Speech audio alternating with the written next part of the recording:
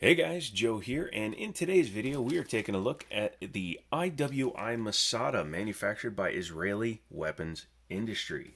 This is a pretty cool pistol. It has a lot of features for the money, and this one just came in, so I thought I would take a quick look at it. This one is borrowed from Liberty Arms, so if you're interested in things like this, go ahead and Google them. I can't link them in the description, otherwise it's instant demonetization, and then nobody would ever see the video. So bear with me, do it that way, and get hooked up. This one is a Polymer 9, and it's IWI's first real ground up Polymer 9. They do make a polymer frame Jericho, which is one of their other guns that they're famous for, as well as the Galil Ace. And they used to own and manufacture both hardballers, which were the 1911, and the Desert Eagle chambered in 50 Action Express. They no longer manufacture either of those. Desert Eagle moved production of the Desert Eagle 58E to Pillager, Minnesota, and Bull manufactures their 1911s. This gun is a contemporary piece to guns like Glock, HK, Sig Sauer, and a few others, so I thought it would be good to take a look at this one because if you're shopping any of those other makes, you might want to consider this one. IWI is known for its quality and their reliability, so I don't have a lot of personal experience with one of these. I almost bought one when they first came out, but I had a long list of other guns that I was checking out at the time. But I do encourage you to check this one out if it's available in your area. As you can see, it comes in a cardboard box, perfectly fine with that. Just means that they invested the money into the gun, not the packaging. Good. Comes with a gun lock, all your paperwork, a little baggie of accessories, a couple of back straps. One's already on the gun, you get 2 extra, as well as 2 magazines, 2 in total. Gun comes empty. Let's go ahead and do a safety check before we start messing with it. Nothing there, nothing there. Drop the slide. Cool. This is going to stay on there because this one is a pre-sold pistol and I don't want to, tear anything or damage it before the buyer gets it. As you can see, polymer frame, steel slide. So it's very much just like a Glock or a Springfield SD9 or any of those. Striker fired, like most contemporaries are. Nice little 3-dot arrangement on there. Pretty easy to pick up. And this one is a nice ambidextrous pistol. So in that terms, it's kind of like the FN509 because it has ambidextrous slide lock slide release and a fully ambidextrous mag release without having to take the mag release out and flip it to the other side. And like most striker fired firearms nowadays, the only external safety is a trigger safety. Right there. Has nice rear and front slide serrations. Very easy to grab the pistol and manipulate it, which is very nice. The panels, again, has the removable backstrap. Comes with the medium installed. You get a small and a large, so you should be able to find one that fits your hand very well. The panels are not overly aggressive, but they seem to grip okay. That might be the only thing I would customize if I were to buy one of these. I'd put like a Talon grip on it or maybe send it out and have this stippling made sharper just to make it a little bit easier to grab. On the frame, it has a generous undercut for the trigger guard so you can easily get your hand fully on it. Flat front trigger guard with some front serrations so you can grab it in case you do that, like I do when I go fast. And you have a pick rail here so that you can mount your lights, lasers, bazookas, M203 grenade launchers, whatever you're going to mount to one of these bad boys. A little bit of a bull nose to it, which is an IWI thing. The Jericho has the same style of nose on it. Little cuts here on the front of the slide make it so that it should be a little bit less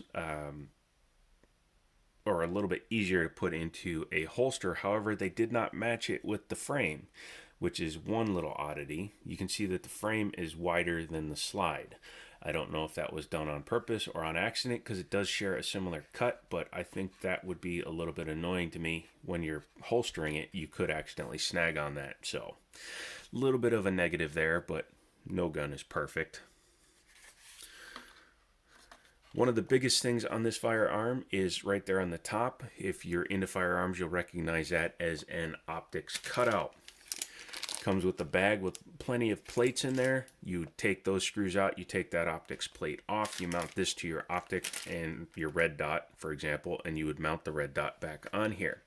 It allows you to have even faster target acquisition, which is very nice to see on a pistol of its price point. I don't have the price tag for this particular pistol, but I do know that when they first came out, these were in the $400 range. I'm not sure if they still are with the pandemic. Pricing has gone blah, blah, blah. So you'll have to double check that. Check out Liberty Arms, and you can call them and say, hey, look, I'd like to get one, and they'll see what they can do for you. Google them. Harrisonburg, Virginia. Liberty Arms. Yeah. But let's take a look at the trigger feel on this one. Being a striker fired, this is a single action only. It's not a double to single like some of them are. I did say some of them because Taurus, the G2C, and the G3 are both double action to single action with double strike capabilities. But this one, you just put your finger on it. You have to hit that trigger safety, and then boom. And as you can see, dead trigger until it resets. Reset is about 2/3 of the way out, but it's really easy to find the wall. And boom. Boom. A little spongy on the take up, but it stops you right when you get to the wall, and then you just pull right through it. So probably about a 6.5 pound trigger. I don't have a Lyman gauge or anything, but just based on other guns I've screwed with, that's about what it feels like. Let's go ahead and do a takedown on it. Before we do that, let's go ahead and lock the slide back. As you can see, again, nothing in it, nothing in it. Leave it back and just flip your tab down. Very much like a Sig Sauer. Do that. You do have to pull your trigger, and then it will allow you to pull the slide off of the frame. Very much like a Glock, or more like a Sig actually, but it does have a nested, not nested, but a captive recoil spring, so that's nice. Plastic guide rod, but I'm sure you can upgrade that if you really need to. And then your barrel is just like pretty much all striker fired guns nowadays. Breech lockup, so it locks up on the top of the chamber, and it has a nice ramp to barrel going right in. Obviously, this is a 9x19. I might have forgot to say that at the beginning. Not 100% sure. But it's a nice barrel. Has the Browning style lockup down here. Inside the gun, it's very much more like Glock, where you can see there's a spring loaded for the striker there. So it's almost, when you cock it back, it kind of preloads the striker, pardon me. So it's very similar to Glock in that respect. There's your drop safety inside of the slide right there. Fit and finish is nice. Doesn't look like there's any obvious marks. I'm not sure if this is a Cerakote or a Duracoat or what, but it's a nice finish to it. It's not perfectly flat, has a little bit of a texture to it, which I actually approve of. Helps hide fingerprints and oil smudges. So that's pretty nice. Yeah, pretty basic inside. Looks like they added some lightning cuts to the inside of the slide. It has a little bit of weight to it, but not nearly as much as you might think based on its size, because this is not exactly a super small pistol in any respect. Looking inside of the frame, you can see the dual slide lock slide release, and it is a true dual. Some of them have where it's just a bar going around from one to the other. Nope, this one goes right down there, which is really nice. And then obviously the mag release being fully ambidextrous. There's your trigger right there with the spring. Comes back here. Very simple mechanism. That's why they're pretty reliable. And you could probably drop in something that's a little bit smoother. The Masada's been out for over a year now, so there should be components out there that should make those even smoother. Has a nice metal insert for the fire control group. Not 100% sure. I'm not going to try to take it out, but it doesn't look like it's pinned. Oh, nope, it is. It's pinned in. So knock out that pin. Looks like it's a single pin that holds the fire control group in, so that should make it easy for modifications as well as repair of the firearm should it get damaged. But it does have decently sized slide rails there and there, so, and they are metal, which is something I always appreciate. There are some guns out there that have plastic guide rails, Car being one of them. and they can be a little bit iffy in terms of their long-term reliability. But overall, pretty nice, pretty well built. So let's go ahead and reassemble it. Just take your gun, flip it over, take your barrel, slide it in, bring it back, lock it up, grab your guide rod. There's always a small and a big end. Just match it up to what the front of the slide has. In this case, the small end goes in. Get your guide rod so that it's sitting nice and level. If it's sitting backwards or down too much, when it's upside down, it may not line up correctly. Bring it back and make sure, there you go, that you clear the extractor. Sometimes the extractor or the drop safety can pop up and stop the slide from coming back. Simply drop your takedown back into place and double check your functionality. Very good. The magazines are manufactured by Mekgar.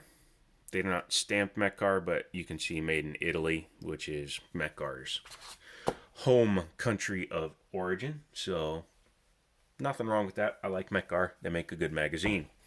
So that is the IWI Masada. Pretty intriguing pistol, especially considering who manufactured it. It's not something you would have expected when they announced it, that it was going to be around a $400 pistol from IWI. It got a lot of interest.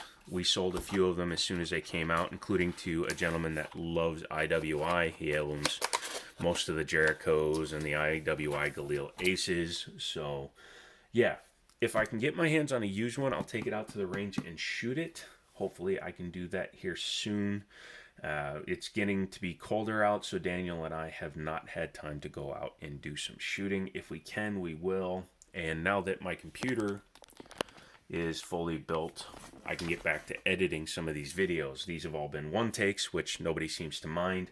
So for the base reviews like this, I'm going to continue to do one takes, but I'll do edited videos for other stuff. So feel free to leave me a comment. Let me know what you think. If you have any questions, all that good stuff, leave them down below. I answer as many as I can until they become repetitive or not helpful in any way. So check all that out. Use my Amazon affiliate link to help the channel grow. Subscribe, hit the bell, all that good jazz. And as always, I'll talk to you later.